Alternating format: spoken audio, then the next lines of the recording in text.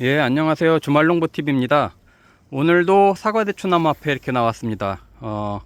명절을 앞두고 오늘 사과대추나무 가지치기 좀 일부 하려고 나왔는데 완전 봄 날씨예요. 지금 날씨가 겨울에 이제 거의 다 간 것처럼 아주 봄 날씨가 돼가지고 뭐 더울 정도인데 가지치기를 좀 서둘러서 하려고 합니다. 이제 좀 있으면 2월이 다가오고 올해도 기후가 분명히 어떤 영향들이 많이 있을 거라 가지치기 하는 시기도 이제 매년 조금씩 당겨지긴 하는데, 자, 오늘은 사과대추나무 이 특성을 좀 잘 알고 어떻게 가지치기를 왜 이렇게 해야 되는지를 좀 설명을 드리려고 합니다. 자, 위에 보이시는 이 가지가 이제 지난해에 새로 나온 새순 가지고요. 자, 이 가지들에서 약 한 1000개 정도의 사과대추가 주렁주렁 열렸었습니다. 사과대추나무는 일반 복조대추나무와 달리 어디서 열린다고 했죠? 자, 새순가지에서 열린다고 했죠. 몇 가지를 이제 명확하게 이해를 하셔야 복조대추나무하고 사과대추나무 가지치기 하는 걸 거꾸로 한다든지 또 제대로 못하면 올해도 실패할 확률이 높죠. 사과대추가 안 열리는 분들의 이제 특징을 먼저 말씀을 드리면, 제일 먼저 가지치기를 겨울에 가지치기를 제대로 못하는 경우 첫 번째. 자, 두 번째는 이제 봄이 돼서 이제 새순들이 이렇게 가지치기 한 부분에서 새순들이 나오는데 이 순치기를 제대로 못해서, 그 두 번째가 가장 크고, 이제 그 원인들이 이제 복합적으로 작용을 하면서 광합성을 제대로 못하고 통풍이 잘 안 되고 그러면서 꽃이 이제 수정이 돼도 떨어지고 낙과가 되고 이런 현상이 벌어지는 겁니다. 그래서 이 사과대추나무는, 자, 보이시면 이렇게 이제 주가지가 이렇게 있잖아요. 뿌리에서 올라온 주가지가 있는데 이 가지에서 이렇게 직접 나오는 열매순들 있죠. 이 열매순에서는 사과대추가 열린다 안 열린다? 거의 안 열린다. 그냥 안 열린다고 생각하시면 돼요. 얘네는 아예 봄부터 봄에 아예 이렇게 이제 열매순들이 이렇게 직접적으로 나오면 이런 애들은 다 집어주거든요. 그거 안 열려요. 여기 있는 애들은 집어주고 이렇게 이제 가지치기를 하고 나서 새순을 받아가지고 새순가지에서 키워야만이 사과대추는 주렁주렁 열립니다. 그래서 이 복조대추나무하고 이 사과대추나무하고 거꾸로 또는 잘못 이해하고 이제 가지치기를 하시는 분들이 있어요. 이 사과대추나무는요, 이렇게 보이시면 이 나무, 이 주 가지, 이 가지를 하나만 남겨놓고 다 잘라줘도 됩니다. 다 잘라줘도 돼요. 싹 잘라줘도 돼요. 근데 이제 복조대추나무는 좀 그렇지 않죠. 그래서 이 주 목대 이렇게 큰 주 가지에서 약 한 뭐 2마디, 3마디 정도만 남겨놓고 가지치기를 해주는 겁니다. 저는 이제 이 나무가 지금 이제 수령이 좀 됐기 때문에 갈수록 계속해서 이제 이게 굵어지잖아요. 전에는 여기서 잘라줬어요. 여기서 잘라줬는데 점점 굵어지기 때문에 어느 정도는 한 2-3마디 남겨놓고 가지치기를 해주는 거예요. 여기서 가지치기를 해주면 여기에서 이제 순들이 다 나옵니다. 여기는 제가 작년에 이렇게 이제 가지치기를 해준 건데 보세요. 여기까지 살아있죠.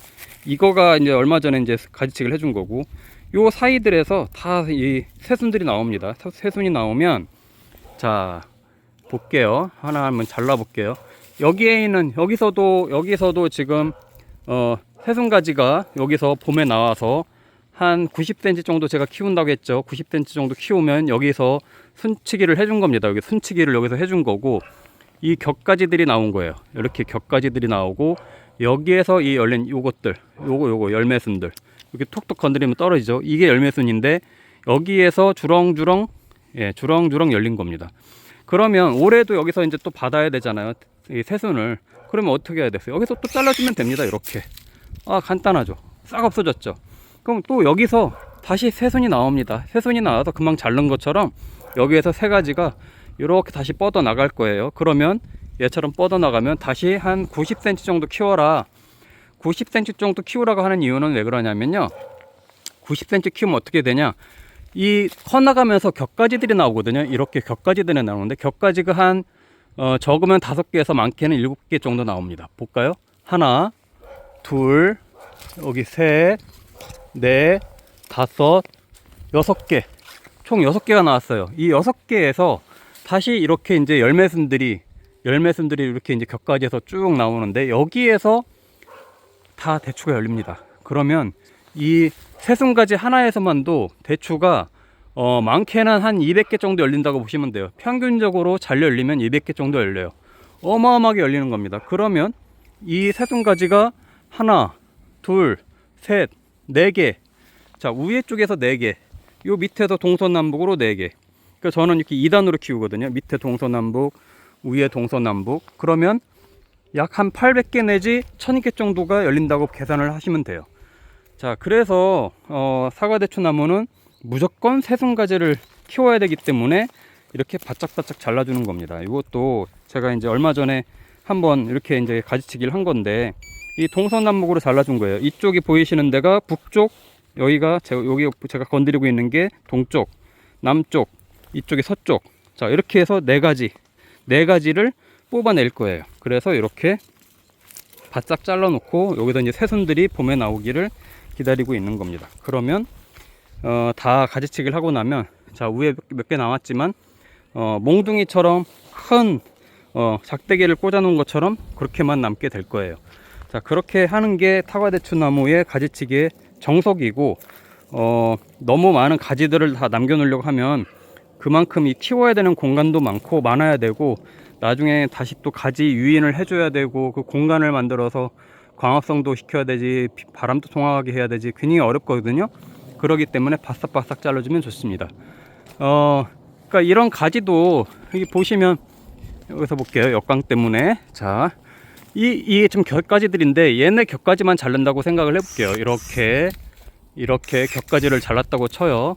그리고 나서 이 가지를 그냥 놔뒀다. 예, 이 가지를 그대로 그냥 위에서 이 곁가지까지만 키우고, 어이구, 여기서 이제 그대로 놔뒀다. 그러면 봄 되면 어떻게 되겠어요?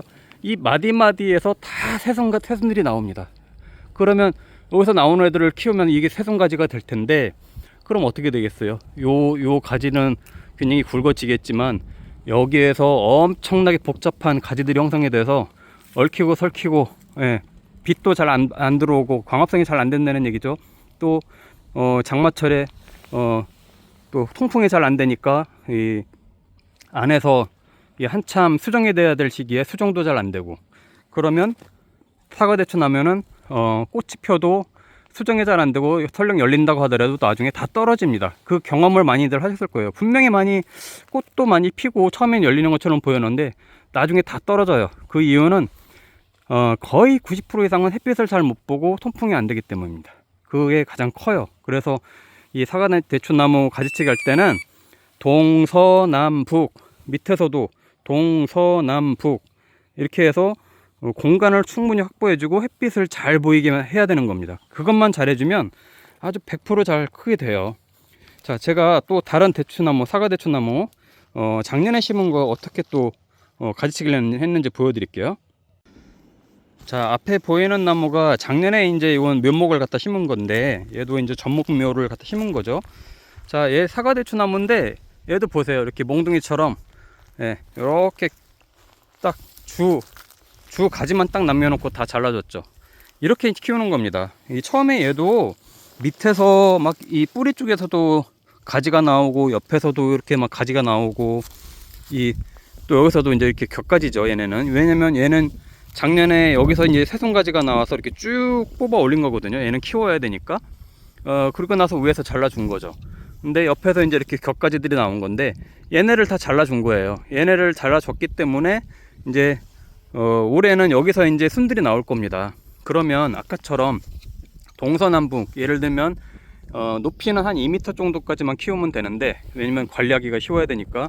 자, 위쪽에서 한 가지를 4가지를 받을 거예요. 동서남북 해서 위에서 받고, 요 밑에 쪽에서 동서남북으로 한 4개 정도의 가지를 받으면 2단으로 키울 수 있죠. 2단으로 그 공간도 확보하면서 햇빛도 서로 잘 볼 수 있게, 그렇게 이제 처음에 자리를 잡으면 돼요. 여기 옆에 남겨놓은 거는 그래도 여기는 밭이니까 공간이 충분히 확보가 되거든요. 이쪽으로도 좀 더 뽑을 수 있겠죠, 가지를. 그래서 이제 요거는 한번 놔둬본 거고, 이렇게만 놔둬도 굉장히 올해 많은 이제 사과대추가 열릴 거예요. 이 격가지들만 잘 관리를 해주시면 올해 이제 풍성하게 이제 클 거고.